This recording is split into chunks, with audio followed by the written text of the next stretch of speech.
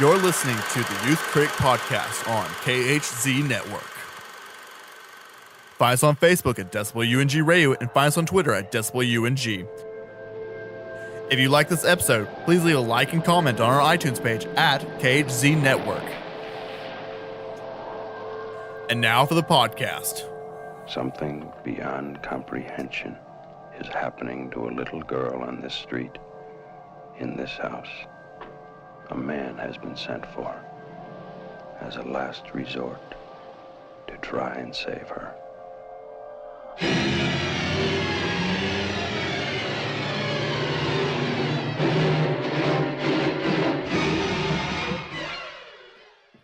Hello, everyone. Welcome to the Youth Critic Retrospective. I am your host, Cale Smith.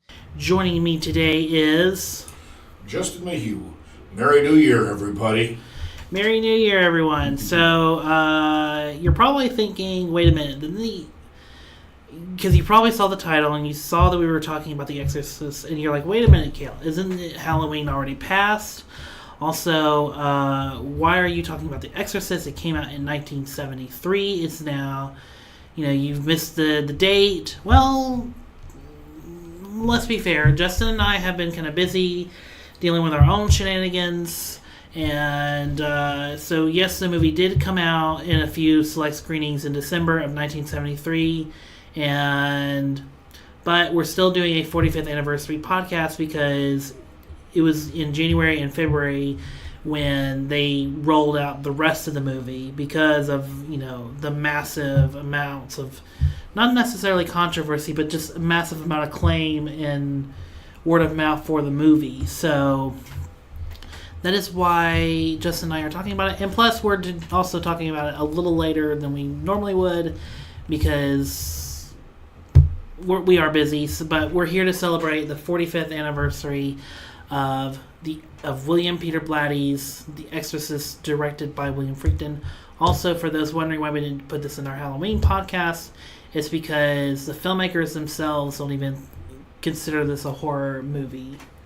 So before we get into production history, what would you what would you consider the movie as, genre-wise?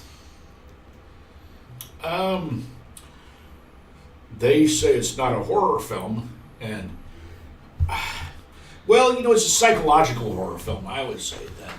There's not a lot of slashing and stuff like that going on. Right. And all the deaths are pretty much off-screen. Yeah, like they have the scene where Karras jumps out the window. Spoilers! Oh, yeah. Yeah. And, it's a 45-year-old movie. Yes, but they don't show it. They don't show him, landing on the steps. They show him move through the window.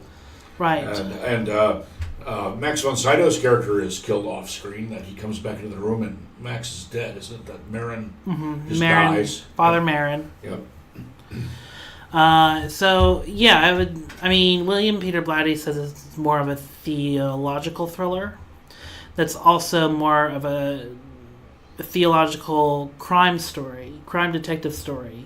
Because you have Father Karras investigating the entire, exorcism, and then you have the mother who's also investigating her own daughter's supposed illness.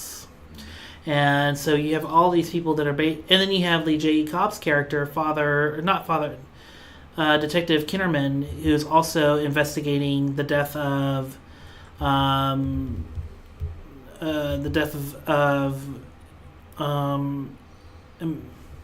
Bernstein's character's friend. So it's a detective story that's got three different detectives looking into the crime or looking into the mystery of what's happening to Reagan O'Neill. And that's really where the story is coming from. And I think that's a really good explanation. So I think that's a good way of looking at it. But before we kind of get into our general thoughts into the movie, let's dive into the production history. So the interesting story behind The Exorcist is that William Friedkin was... do you know anything about this? I don't know anything about the production history too much. I'm more of a Kubrick historian myself. Oh, okay. Friedkin historian. So you'll have to enlighten me on production history. So Blake Edwards was doing a show in the 60s called Peter Gunn. Yes. And there's a movie that Blake Edwards was going to do he was going to write and produce the Peter Gunn movie. A theatrical version of the TV show, yes. So, and he wanted Bill Friedkin to direct it because he loved, his documentaries. Bill Friedkin came from a documentary background, and Blake Edwards liked his work. So he was the number one choice to do the Peter Gunn movie. However, when he read the script overnight, Friedkin did not love the script. He thought it didn't do service to to the Peter Gunn show. Blah blah blah blah. And I'm not aware that they actually did make a film about Peter Gunn, did they? I don't know. I forgot to look it up if it actually came into fruition. I'm not aware of one. But excuse me. But anyway, so what happened was that so Bill Friedkin, tried to be as honest as possible. Tell Blake Edwards, you're a brilliant filmmaker, but this is not this. You deserve better than this. You can do better than this. And Blake Edwards, in total egotistical form, was like, I don't give a this. You come in here with your bullshit ID, whatever.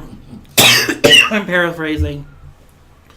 But he's like, you're just coming, and you come in here and trash my script, and Bill Friedkin was like, I'm sorry, and then he kind of just walked out of the meeting, knowing he was fired, knowing he was, had just turned down a job.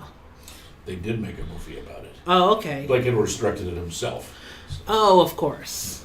Because that's funny you say that because because the other half of the story is as Bill Friedkin was going back to his car in the parking lot, of all people, William Peter Blatty, who was an uncredited co-writer on the movie, came up to Bill and was like,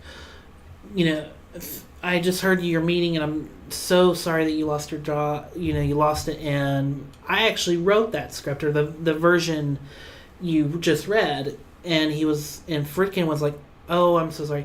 And he was like, no, we know the script isn't working, but Blake Edwards, is tired of, he just wants to, get it in front of the cameras and get it out as soon as possible. Right. So we know the script isn't working, and we know it needs, another, draft or two to get it to work. But, Blake Edwards doesn't want to, do another redraft. Right.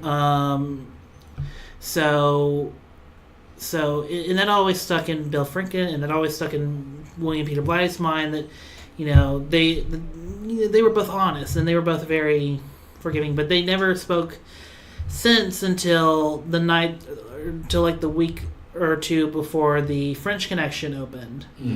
And William Peter Blatty's novel was already out, and Blatty had already sold the rights to Warner Brothers, but he had director approval, and he really wanted Bill Friedkin to do it. But the problem was, at the time, Warner Brothers was like, "Who's Bill Friedkin? Who's this?" Because the French Connection had not come out. So while this was happening, Bill Friedkin did read the manuscript of the novel, loved it, and wanted to do it. But Warner Brothers was like, no, we have three other directors we want to do. They went to Stanley Kubrick first. And Kubrick passed because he wanted to do his own... At the time, he wanted to do his own original work, which is funny because later in that decade, he would go on to do The Shining, or adapt The Shining. And then Arthur Penn, who had done the Bonnie and Clyde movie with... Warren Beatty and who's Mommy Dearest who's from Mommy Dearest? Faye Dunaway, yes. Yeah. Well, if you think about if you look at the finished product of An Exorcist, and then a few years later, The Shining, They're both very staid. That you can both argue they're both psychological thrillers instead of straight out horror films. Right. Well, even after A Clockwork Orange, which has its own kind of psychological unease to it. Yep. So you can see where Warner Brothers' wheels were turning.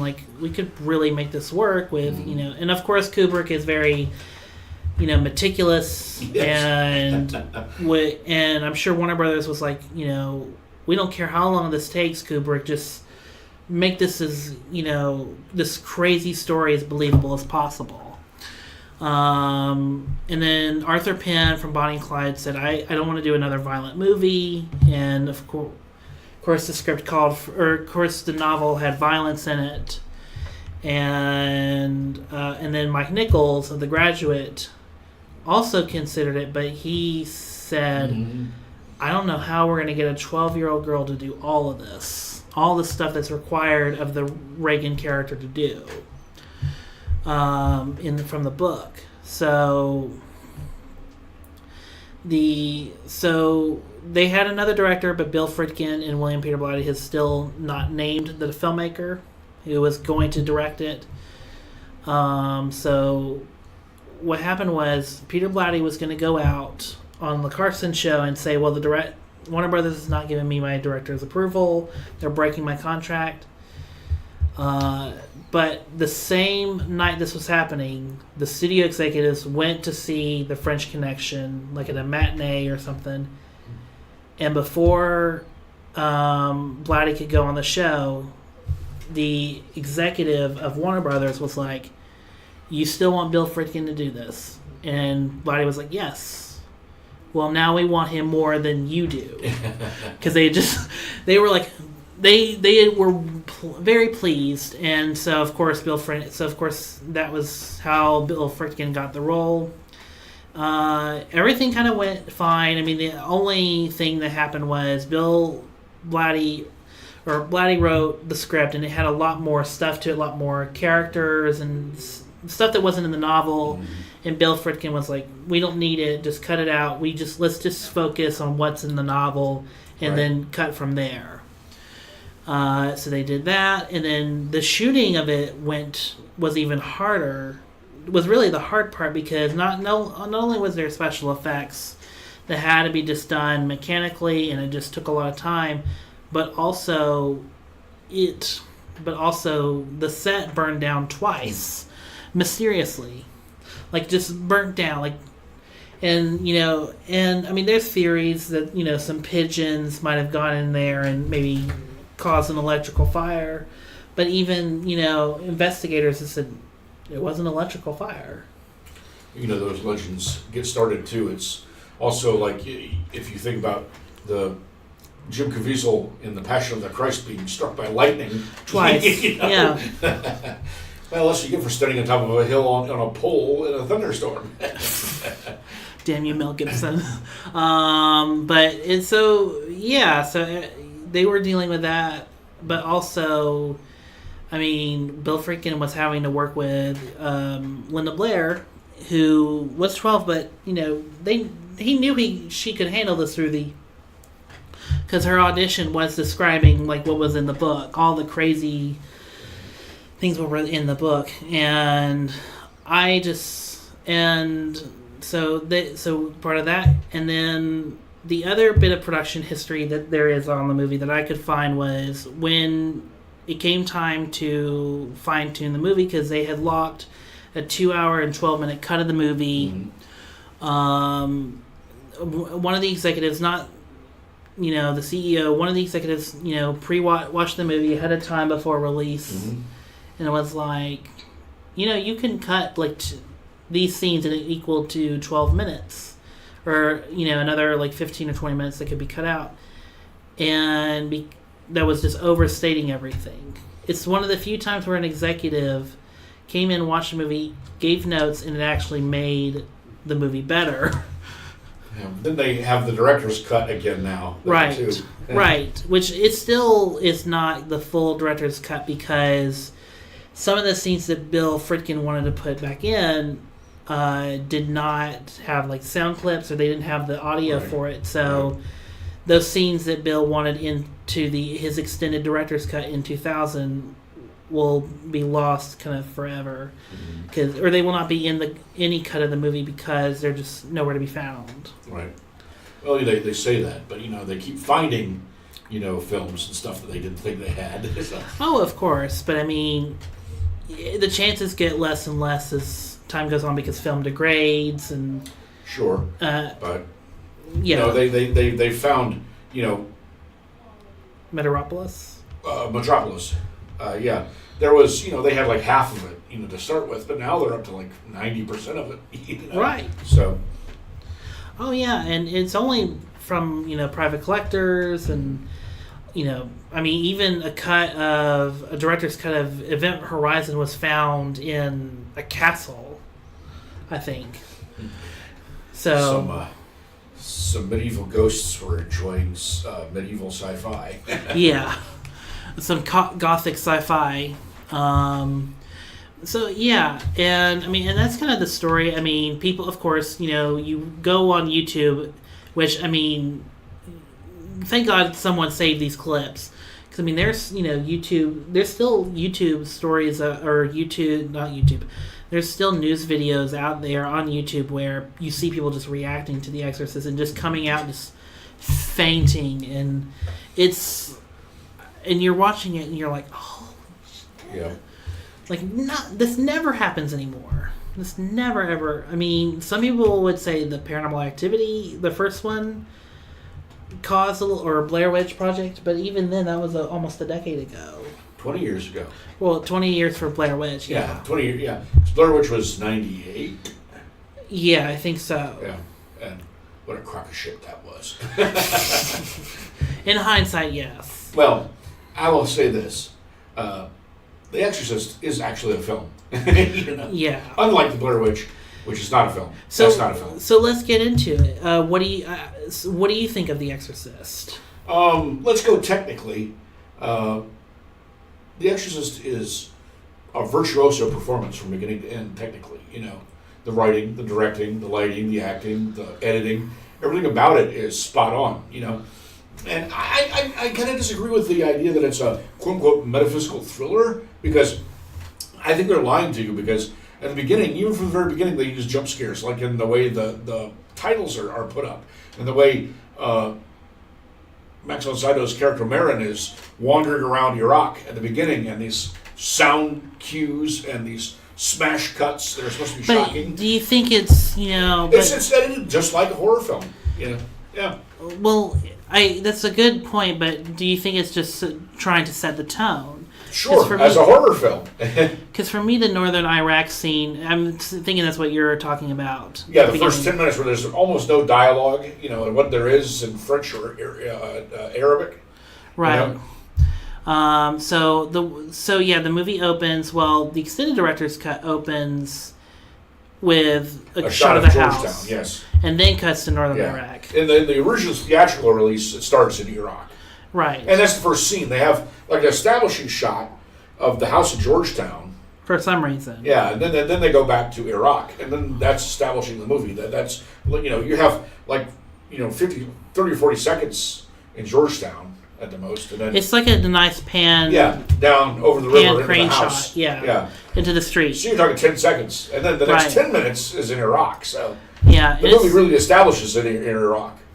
But it's a really good scene, especially as it builds towards, because you're just seeing the Iraqis. They're working and they're finding artifacts because you supposedly it's set up that Father Marin is like an archaeologist that's searching for religious.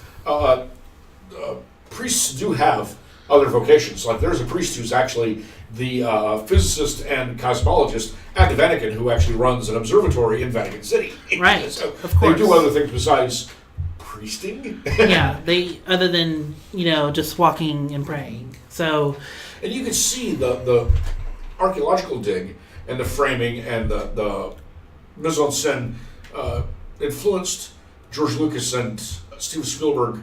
For Raiders. About 9 years later, Raiders of the Lost Ark, almost exactly the same kind of setup. Oh, yeah. And then mise en scène and the shot selections. It's like they lifted from outtakes of Yeah. The Exorcist. So that's the influence this movie has on all kinds of things. And it's a great scene. I wish the shutter speed was a little bit more normal.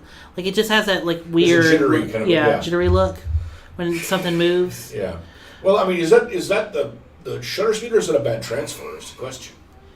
It could be that way. Could be the takedown. Who knows? If it's, I mean, I have never seen the film in the theater. I've only seen it on TV. I've only seen it. I've never seen it on the theater, so I don't know how it looks on film. I've only seen it, as it's transfers. Yes, as exactly. It's, in its restoration. Yeah, I've never seen it except on early, regular standard def broadcast in the 80s. Right. And then recently on the DVD and the Blu-ray.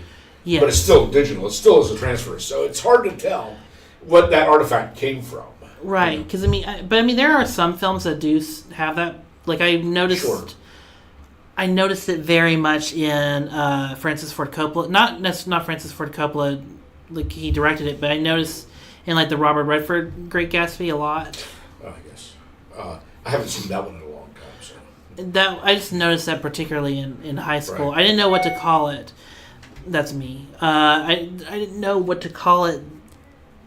But I knew it was. But I knew that was the. Oh God, I'm losing it. But I knew it was a problem. With the actual cinematic techniques.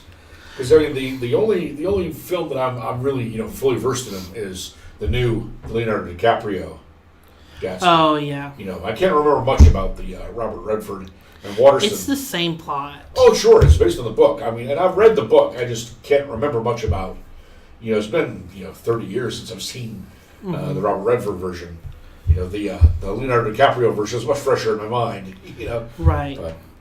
Let me see. But the thing I love about the scene is how it ends, where Marin is staring at Pazuzu. Yeah, on the windswept plain, they got the breeze and the wind and the two dogs are fighting. Yeah, and it's almost like if you think about it, you can almost see that as like the showdown at the end of a spaghetti western.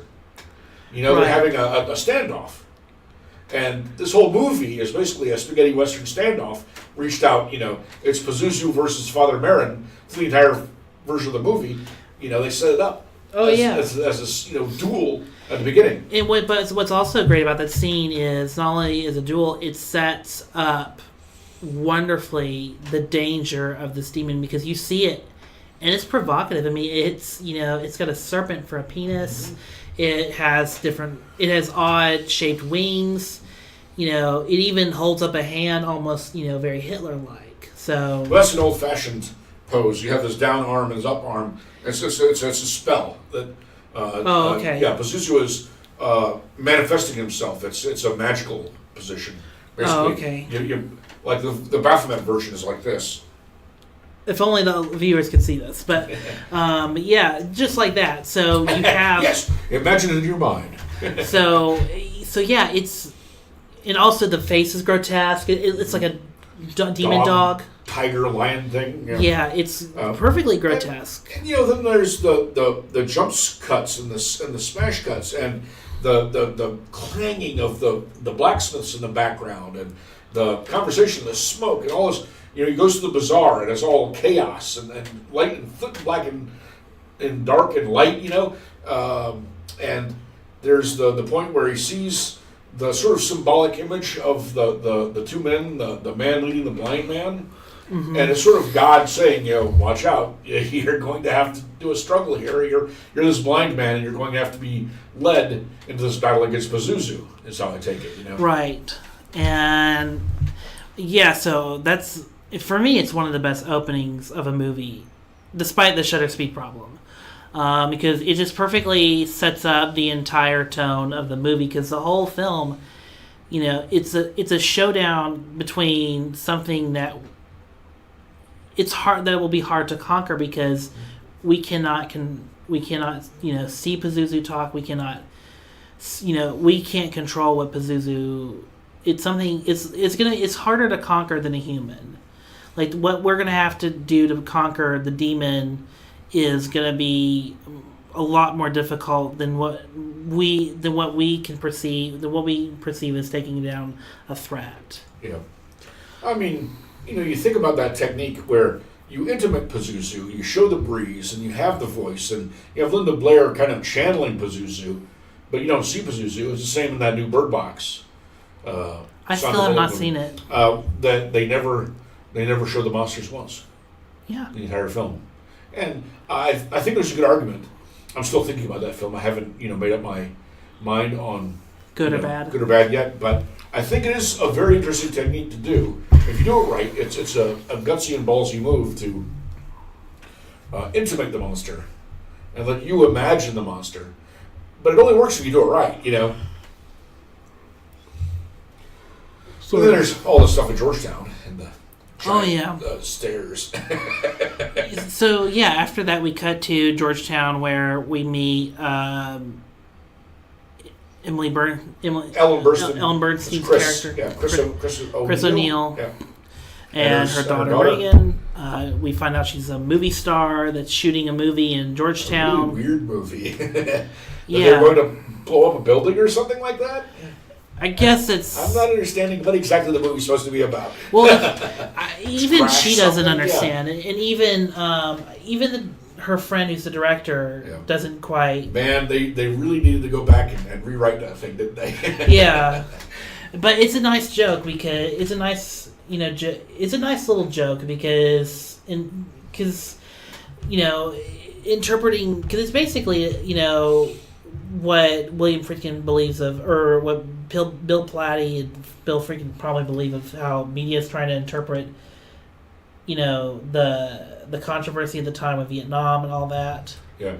So it's probably, his satirical take of how media is trying to portray it. Yeah. I mean, it was only 72 or so when they filmed it. Yeah, when they're shooting the film, yes. Well, yeah, it was like 70, 71 when Bill wrote the script. Yeah.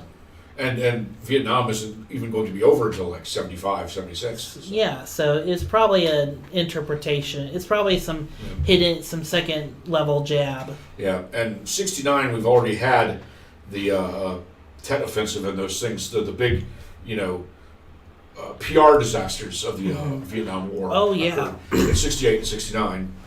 And then to mention that they went to the moon, so they had... even something more. Well, yeah, there's something to distract people. People's like, this Vietnam War is time to get over with. Let's go to the moon. So oh yeah. Well, even then, you had the civil rights movement. Mm-hmm. You had the women's liberation. Yep. I don't think Stonewall had happened yet, so I think that's late 70s. Was it? It's hard to tell. I thought it would have been in the 60s, but I'm going to find out. But while you're looking that up, so anyway, we find out she finishes her role. She must have been there for only like 2 hours of work, because and also it's like the easiest film shoot ever. Well, that's what she walks in, she walks out. Yeah, that's what old John Lennon complained about movies, is that being an actor was really boring, because you stay on set maybe 10, 12 hours, but you sit there in your trailer reading, drinking coffee, whatever. He wrote an entire album when he was shooting his World War II movie. Mm-hmm. Yeah, so... 69 was when Stonewall happened. Oh, I thought it was much later. My gosh. No, 69 is when Stonewall happened. So it's all part... it's just funny to see it, because I'm like, these are not that easy to, I mean, they're choreographing a crowd, or not even a crowd, they're choreographing a protest. I mean... it's just a lot happening, and it just feels like, she just came in, did some work, and now I'm going to go home, be with Reagan. Yep. And then afterwards, that's when, we start to see the Ouija board, where, we've learned that she's been talking to some guy named Captain Haddock. Well, I've played with Ouija boards myself. I've never had... Well, have you always followed the rules? No. Oh. And secondly, the rats, as they think Pazuzu in the attic is, man, I must have Pazuzu in my attic. I've heard that. I've got, actually, it's just because I have raccoons, flying squirrels, feral cats. You just have animals that come into your attic. Yes, I have a whole menagerie, a whole zoo hanging around my house. Yes, I also agree. I also think, but it's just funny, the owner's like, there's no rats. What are you talking about? And then, that, and then, for me, is in the 70s, we're starting to talk about, One Flew Over the Cuckoo's Nest is in, similar time. They start talking about the insane asylum that Karras' mother is in, and he goes to visit his mother at the insane asylum. And at the time, that was a problem because they're trying to figure out what to do with these people. They're aging, they're, psychological issues. But then in the 80s, Reagan just closes them all and, let the street or the police, kill them. So they're struggling with this. They haven't still found a good answer with that. And I think that's an important thing to as a side note about Father Karras' mother in the insane asylum. Oh, okay. Where he goes to visit her and he takes care of her, he washes her feet and stuff. And you see all the crazy people in the crazy house, and I think there's a point to be made here that we're overlooking in a lot of cases about the way we treat, the mentally differently abled, Mm-hmm. Yeah, I mean, but it is really good character development because, he feels guilt over, having to leave her there at the mental institution, and then she dies. And it's all, it's all part of the plan to make him feel despair, if you will.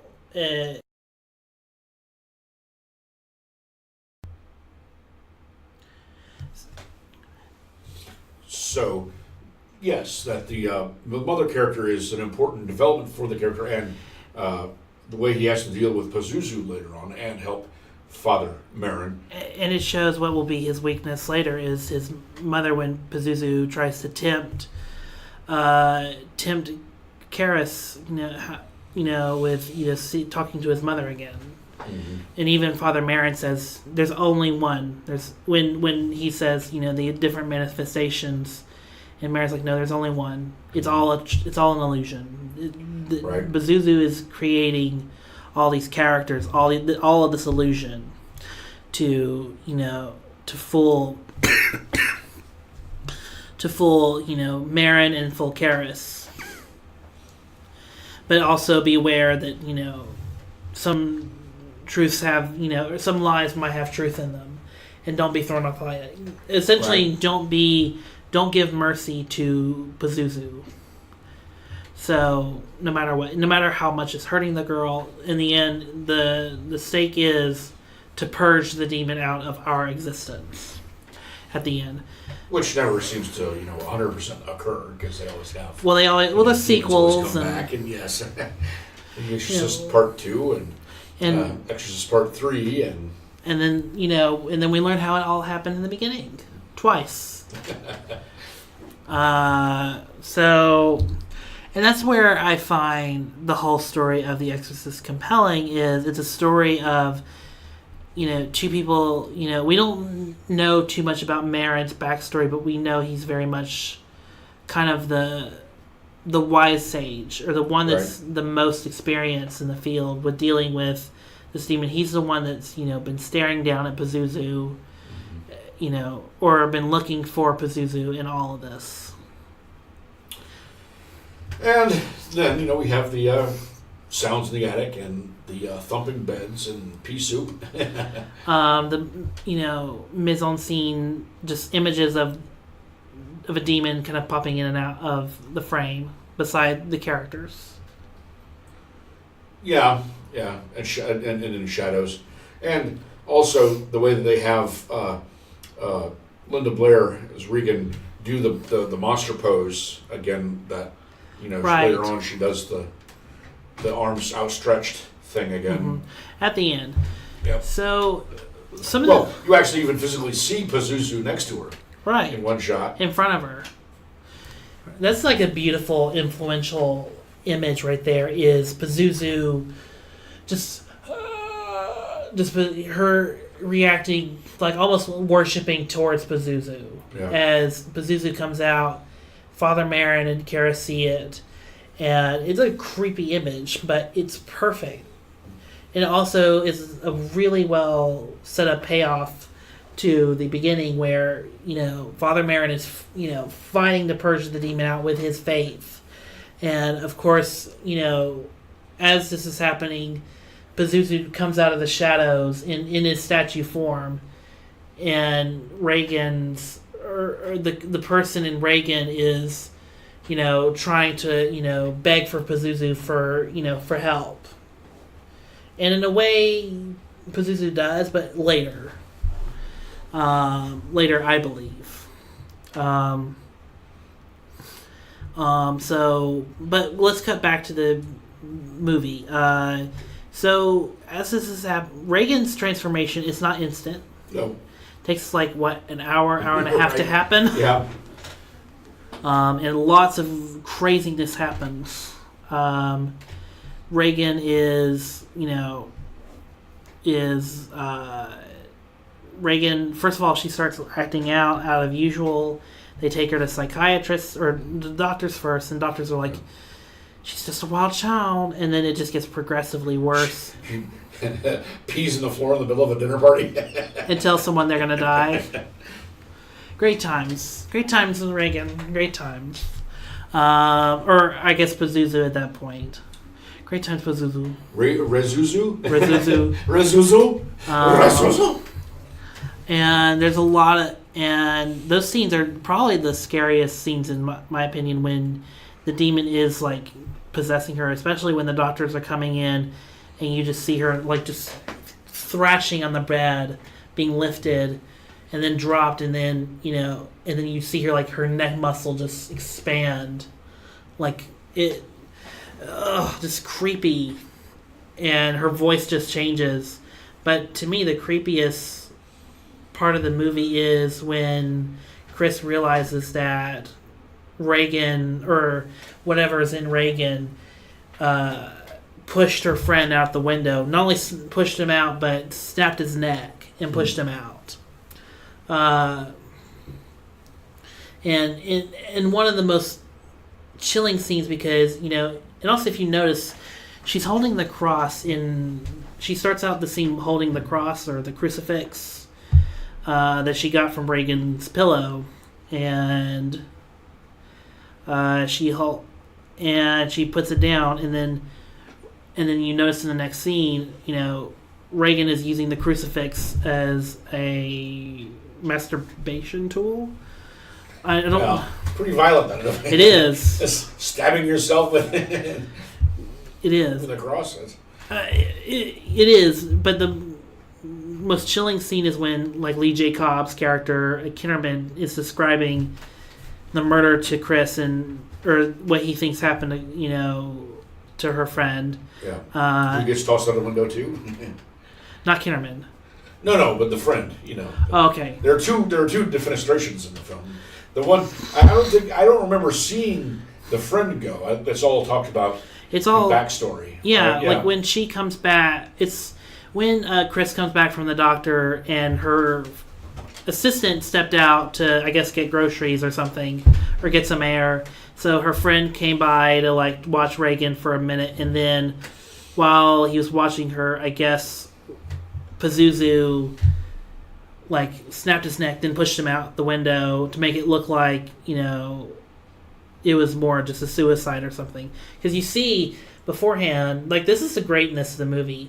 When you walk into Reagan's room, you know the devil is present because you've got that little image of the girl demon on the oven that pops for 3 frames, and then you see, if you look closely, you see Pazuzu's head on the door a little bit, and then you walk in the window's open and it's cold and you're wondering what the, and she's and she closes it,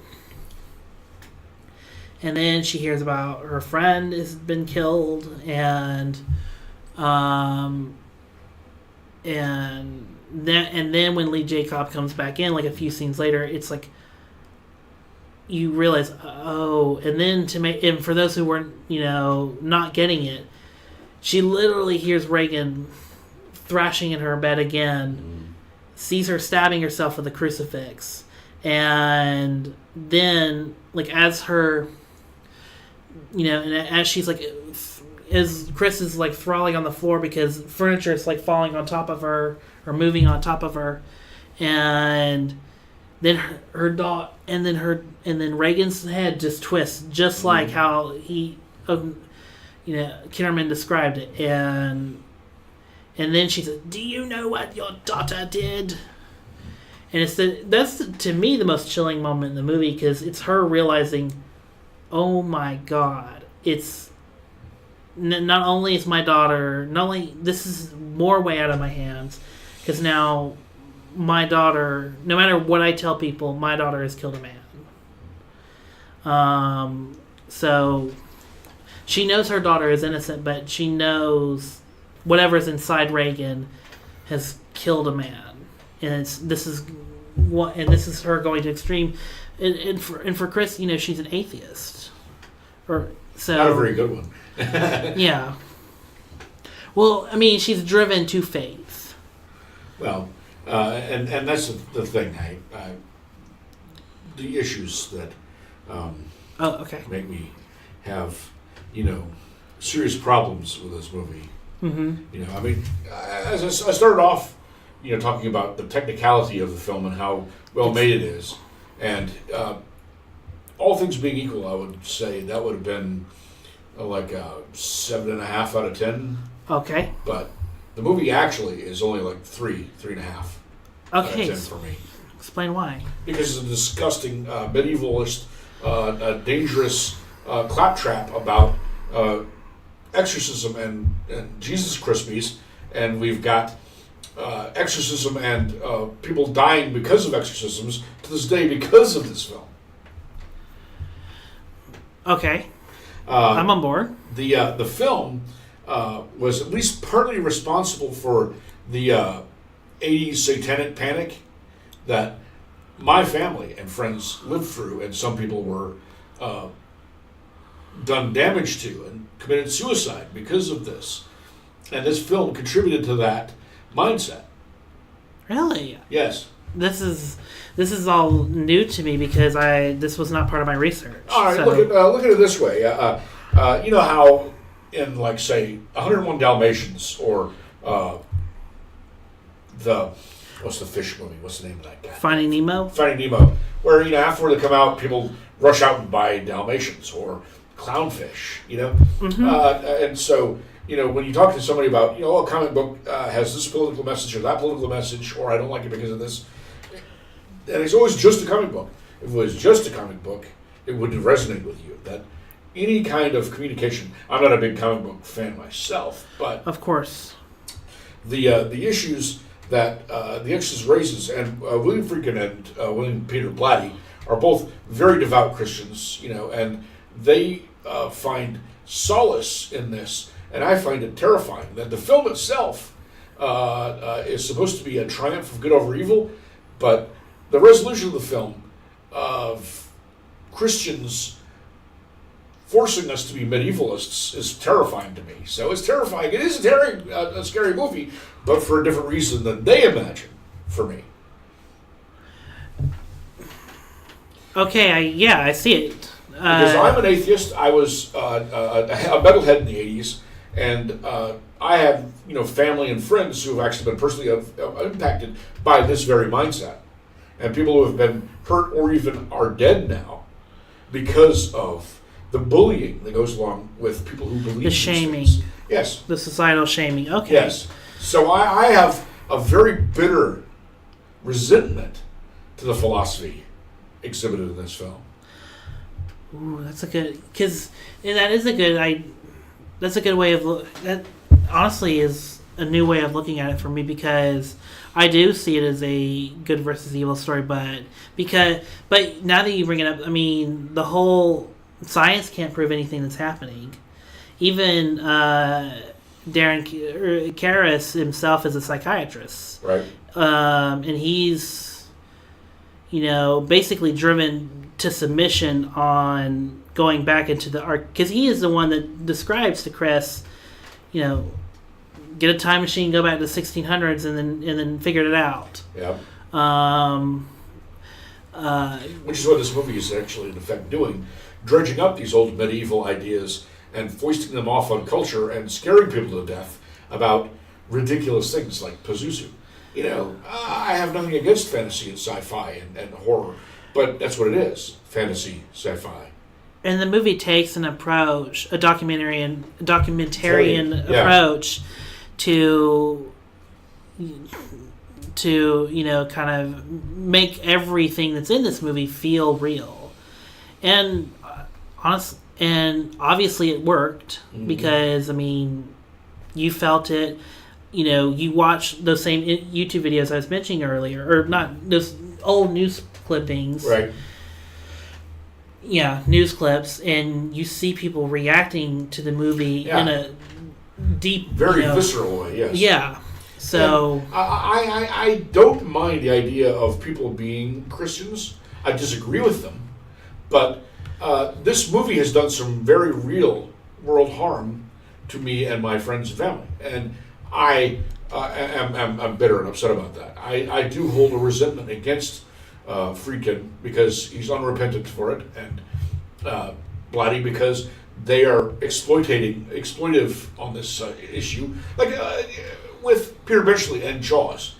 Peter Benchley has actually said that he regrets writing Jaws because of the damage it's done to conservationism and stuff with sharks. And these two are unrepentant for the harm they've done to people like me. Well, to be fair to Benchley, he's gotten both sides of the coin. Like, he's heard people say, "I was inspired by Jaws," and in some other ways. So while I think Jaws created two sides of the coin, right? Because you have people that did become fascinated with sharks, and that led, kind of a snowball effect to where they were the ones like, no, let's conserve. Yeah, no analogy is perfect, but there are people and there are organizations that were negatively influenced by Jaws. Right. Oh, of course. People were afraid of the water because of Jaws. There were. I'm sure the Florida and or the coast economy as a whole was affected a little bit. The way that people treated sharks in the 80s and 90s, and great whites were fished more aggressively after the film. It was a witch hunt. Yeah. And that's what happens, that you get this film, which is kind of exploitative of a very personal idea, and it causes real-world repercussions when people take it to heart. And I am upset about that. Yeah. I'm not going to defend them at all, but I'm trying to think in my mind. I don't think that was their intent, though, to bring all this. Sure it was. They believe this. They believe that exorcisms are real. They believe that exorcisms offer an alternative that modern medicine does not. And those are all lies. Those are all lies they believe, and they foist on us. And exorcism can't do anything for us that modern medicine can't. Exorcism does nothing but hurt people. And keeping us in the medieval mindsets and fearing other people and fearing what a demon may have done, when you just have to get out and confront the issues in your mind and things on a rational level. So let me ask this. Why do you, and I was going to ask this anyway, but why do you think exorcism movies are so fascinating to people? We have 4 of these movies, and then a TV show that I think just recently got canceled. Yeah, and then the Exorcism of Emily Rose, and The Last Exorcism, The Last Rite. And, even in the 70s, there was just a rot of exorcism movies, and that's kind of not getting too ahead of the curve. That's why John Borman tried to make an exorcism-less sequel to Exorcism 2. Which is a weird film. Well, there's issues with that one all right, too. Yeah, so why do you think... I have my answer, but why do you think people are so fascinated then of that archaic way? Is it because we want to not fully embrace science yet, or... I just think it's a visceral response to, my family, my children, and childhood, and, the same thing like with the response people have to child abuse, that it's a very sensitive and very obviously emotional and rightly so topic, but then that can be exploited or it can be overplayed. Like, a slasher film, people can argue, I am a pro-slasher film person myself, but people argue that slasher films can cause a numbing, deadening, and make people emulate slasher films in life. But I mean, that's just part of overexposure. Sure, there's a danger with any film. And I am much more offended by the idea of medievalism as a life choice than I am about slasher films or vulgarity or something. In fact, I'm not offended by those at all. I am offended by people who want to believe that they have demons inside of them. That is actually quite an affront to dignity, rationality, and good comport. What? Of course. So I think my response is, I think people love exorcism movies because they become so fantastical, or they lead to a very fantastical way of going about it, and they wanted so much. I'm losing my train of thought, but I think for me it's so fantastical that if you do it right, it becomes unbelievable. I mean, you look at the Paranormal Activity movies; those are through and through. I mean, they're demon possession movies. There's a person getting demon possessed in each of those movies. Right. But what makes people really scared by it is the minimalist of it. And I think when you strip it down and it all depends. I think horror is at its best when you have a good setting and how minimal everything is. Well, yeah, the modern narrative form, not the found footage version, but the way they shoot horror films nowadays oftentimes is derivative of that shaky cam thing where you have a lot of whip pans and camera movements and very artificial camera movements and CGI world building, and the camera goes zooming in and out of things, right? Right. But The Exorcist and The Shining and those kind of films didn't do that. The camera basically locked you into a room. You'd be sitting there in a room with a terror unfolding in front of you, right? And you can't look away. The camera won't let you look away. But in a modern horror film where it's all CGI and the camera's flipping around. There's there's very few shots in The Exorcist that's handheld or even moving. Yeah, the camera's locked down and you're locked. You're basically, it's held your head in a vice and you're looking at the dissolution of this family. Right, and you're not only that, you're seeing. I think the most important decision Bill Frickton made making the movie was having those subliminal images of Pazuzu and a demon throughout the film. Right, and subtly so, instead of having a computer animated. Right. Or in those days, animatronic. And doing it Pazuzu. just quick. If you blinked, you missed it. Yeah. And it is a different effect. And that's where that idea of the monster suggested. Stephen King was talking about the unseen monster, and the audience goes, "Oh man, I thought it might have been a 100-foot tall bug man, right? That would have been terrifying." And then they open the door and there's a 100-foot tall bug man, and the audience goes, "Well, it's only a 100-foot tall bug man. It should have been a 500-foot tall bug man." Yeah. You see, and so I'm paraphrasing pretty closely to what he said. That your audience imagination, you should trust it. Let them fill in the blanks for you. And I think that's why. Peter's or Blatty's novel was such a, was so impactful because it. And I have not read, so I don't know. I don't know how the novel was read, but what I'm assuming is, from what I've heard and whatnot, is it reads like a crime report, or it reads like a crime story, like a hard-boiled noir novel or something. Is it? Well, even maybe more minimalist than that. So it reads like how you would read the case of the Black Dahlia or something. So true crime reports, right? Yeah, true crime. So like the true crime story stuff.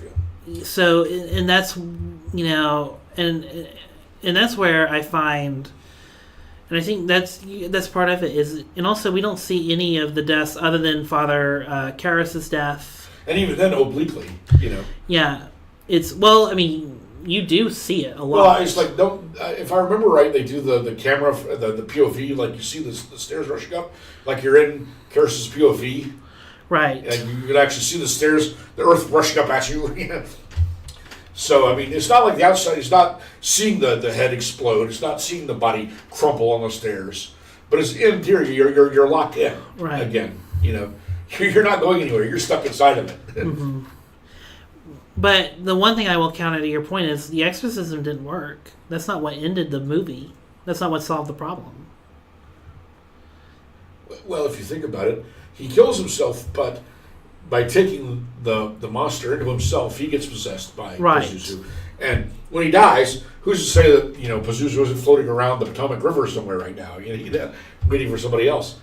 To be fair, also, and also if you notice, because I think this also kind of led open to William Peter Blatty's second novel, Legion, which is the sequel to the Exorcist. What's interesting about it is, if you notice, like he's still like holding his hand, moving his hand, as he's like taking his last breaths, and as he's like confirming to his friend, yes, I give to Christ, but through like holding hand and whatnot. So it's, or maybe this was in the director's cut. I don't remember this at all in the original cut. But yeah, I think your point is very well made. I think that's a really good opposition to the movie. But I still think on the one hand it's a well-made film. Oh, sure, it's a well-made film, but isn't that also something to be said for? I hate to get into the censorship thing. I just don't like the film. I feel resentment, but I'm not going to tell people not to see the film. I would recommend that they take it with a grain of salt, and also remember that whereas somebody like the John Carpenter, who's doing The Shape, and Michael Myers, if you will, the later version, he's making up a fictional character. He doesn't intend you to believe in Michael Myers, I mean, there is a certain extent that he believes evil is abstract, and it's gonna move around. But he's much more metaphorical. In Michael Myers, is a fictional character who's a fantasy construct of the issues that we have in society today. Whereas in The Exorcist, there's actually nothing metaphorical about it. That the way they do it is metaphorical, but the idea that the idea that exorcists and demons exist, they are fully on board with that in a literal sense. Is the difference that William Peter Blatty and William Friedkin both want us to be aware of this real world threat, and that's bullshit. Because we've moved past it. We take people with mental illness. We haven't gone there nearly fast enough or nearly completely enough yet, people. Get over it. There is no Jesus Christ. There is no Buddha. They're all fucking bullshit. Okay. And yes, for all you many Christians out there, yes, Islam too is all bullshit. Okay. I will hear a lot. Tell them it's me. It's my fault. I did it. Okay. And I am bitter, and I am upset. I live in a very violent place for somebody who believes what I believe. Of course, sure, yeah. So interesting. Is there any more to say on The Exorcist? It's a good film, but terrible propaganda. Yeah, I'll say this: William Friedkin is an interesting filmmaker. Because I have the same problem I have the similar problem you have with this with Cruising, because the Al Pacino leather bar movie. I don't think I've seen that one. Oh, Cruising. Al Pacino was in that. Al Pacino. So let me lay down the plot of the movie. Okay. So there is. So the movie is about there's a killer going around killing gay men from the leather bars. Right. And Al Pacino is tasked, since he's like a junior recruit, to go undercover to investigate the leather bar situation. Okay. And therefore, he must go in and pose as so he a goes gay man. undercover as a bear, huh? Yeah, yes. And for me, and the movie also is violent, and also is, but also its whole subplot is, Al Pacino is like afraid of himself as he's going through this leather bars. Right. Yeah. So he's kind of having like a gay panic situation, to the point where he's like violently fucking Marion Underwood, and then the movie ends with like him, in a way, finally, confronting his like sexuality, but it also hints that he's a killer as well. That he's the stalking. Those twists. It was me all along. Those are terrible twists. Yeah, and sorry to spoil, but we are going to talk about cruising eventually. Oh boy, we are, because that movie. I'll probably find it way less offensive than The Exorcist. You probably will, but for me, cruising is just one of those interesting failures because it's like on paper, it's like. It's a gay slasher movie. That could be cool. It could be stylishly interesting. It was made in the time period where slasher movies were, running amok. 80s? Yeah, 1980. And it's got Bill Friedkin, who made one of the scariest movies ever, or one of the more scarier films of all time. It's him coming hot off of Sorcerer, which was one of his most crazy endeavors. Friedkin's Sorcerer, the Roy Scheider film. Right. See, that was a film I actually enjoyed because it's a lot harder boiled, much more stripped down, much more straightforward. And then there's it's a remake of a French film too, so it's interesting. Yeah, I need to watch it because it's one of the Bill Friedkin like. You haven't seen Sorcerer yet? No, I haven't. Okay, that's a Friedkin film that you have to watch. Okay, because I just found out about this movie about a year and a half ago. Yeah. The French Connection, people have made a mistake with Popeye Doyle. That's the Gene Hackman character from the French Connection. He's the cop who's trying to track down where the heroin is coming out of the south of France. And he is a nasty piece of work, the character. He's the epitome of a bad cop. And people worship him and think of him as a hero, but in a lot of ways, Friedkin in this case is doing a much more nuanced thing, where he's talking about how cops and robbers are both cops and robbers. Do you feel like it's a more better take than Dirty Harry, or do you think Dirty Harry is a more better like bad cop or vigilante cop? The French Connection is a better film. Yes. Okay. Dirty Harry films are a little too black and white for my taste. They do have a bit of the vigilante exploitative, horror film to them more than the French Connection. That the French Connection comes less down on the side of Popeye Doyle than the Dirty Harry films squarely put Harry, what's his name? I can't remember the fucking character's name. I don't know. Clint Eastwood's character as the good guy. Mm-hmm. And he's definitely not a good guy, but he's the quote-unquote good guy of the film. Mm-hmm. So let me ask this again. Well, I have not seen the sequels yet. I'm recording this because we are doing the sequels, or the show. We as a show are doing the sequels as part of the retrospective. Yeah, the second one, that's kind of an awkward movie. It's quite embarrassing. Actually. The funny story about Exorcist 2 is Bill Friedkin was actually Sorcerer and The Heretic were actually both coming around the same time. And they were both like highly anticipated movies. Unfortunately, they both got like towered by Star Wars. So the story is like, while Sorcerer and Exorcist 2 were actually color timed in like the same studio. So as like Bill Friedkin was color timing, Warner Brothers executive that was a friend of his that helped him get The Exorcist made and whatnot. He came in to talk to Bill Friedkin, was like, hey, you should come and watch a cut of our movie. It's great. You're it's building on this wonderful legacy that we now have. And Bill Friedkin was like, I don't really want to. It's not, no, I made peace with you guys making the sequel. It's totally fine. I'm sure it's going to be good.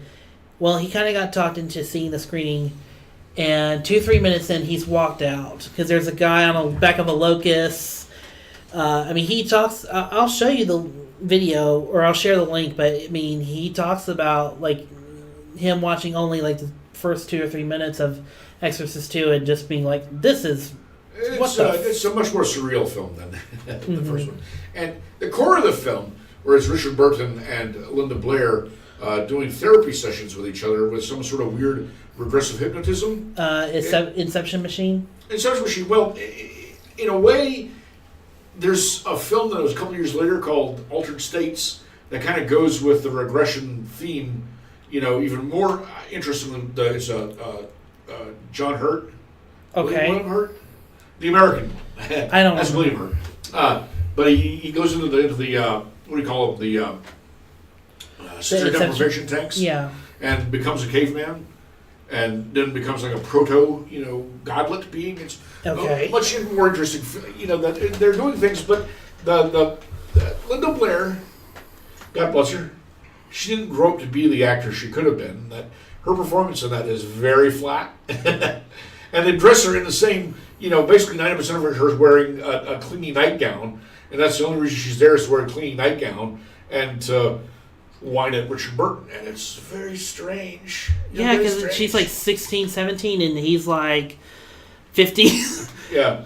Yeah. Oh. And then the random spontaneous suicide attempt that I still don't understand to this day, but it's scary. It's creepy. And the film, the Inception, as you call it, the Inception issue, part of the film, Inception Machine. Yeah, and that whole segment of the film with Richard Burton and Linda Blair looks like it's a completely different film than the one that was set in Africa with the locusts and all the weird James Earl Jones in a locust outfit. Yeah, and stomping on like sharp things. A completely surreal, metaphorical film.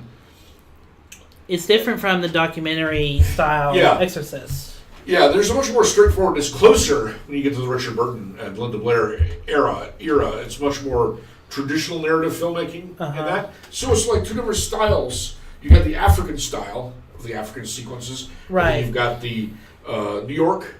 I believe it's New York. Yeah, we'll say New York. But they're like they're taken from two different movies. It is, and to make it even more weird, it's like one of the most expensive movies of the time. And I don't know, I just couldn't get over the fact that Linda Blair's voice, she never hit puberty or something. She sounded like this the whole movie. Yeah.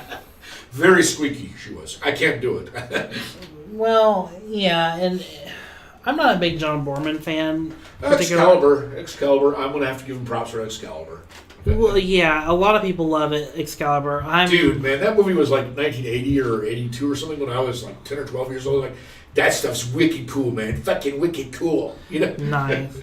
So... It was also the first exposure I had to the Carmina Burana, Oh, okay. So what about Exorcist 3, Legion? Better than the second. Better. It's a cohesive film, and it has more of that, straightforward... state documentary kind of thing. And it was written and directed by William Peabody. Yeah, it's much closer in tone to the first one. All right, and it's returned to form. And like the little old ladies floating around on the ceiling. That was creepy. Oh, okay. And did you ever see and we'll get to it eventually, but we'll get to the story of the two Exorcist prequels. The Peter Sarsgaard. I was very drunk when I watched that, so I remember there was a lot of darkness. All right. So, I have to watch it again to remember much about it. Okay. So we've kind of talked to death on The Exorcist. I recommend it, but I totally see where you're coming from. Yeah, I would recommend you read Carl Sagan's Demon Haunted World instead. Okay. Because, I've not read that book, but sure. Carl Sagan was a good book, or author. Author, yes. Cosmos. Mm-hmm. Contact. Yep. And I have issues with that one too. Okay, never mind. I've never read his book. I've read Demon Hunt World and some other stuff, but I haven't read Contact, so I don't know how it compares to the film. I just know that I have issues with the film. All right. So, okay. So with that, if we don't have any more to say, you still don't have like social medias or. Actually, I'm bailing on social media right now. I got rid of all my Facebook shit. Fuck that goddamn right-wing cesspool. Okay. I got sick of all the goddamn Nazis. So. Okay, so just put a link if people want like to work with on your project still, or yeah. My email, my website, alcoolworld.com. So that's where we'll go with that. Alcoolworld.com is where we'll start talking about. All right, that's all right. I'll put the link to that in the description It's below. www.alcoolworld.com. So. Awesome. With that, we will come back very soon with Exorcist 2, the Heretic podcast, and Exorcist 3, Legion. We'll kind of skip over the prequels. Unfortunately, I know the guy who just did First Reformed, who apparently a lot of people really love. I still have not seen the movie. Directed one of the Exorcist prequels, but we're just gonna stick with the main three right now. The trilogy, eh?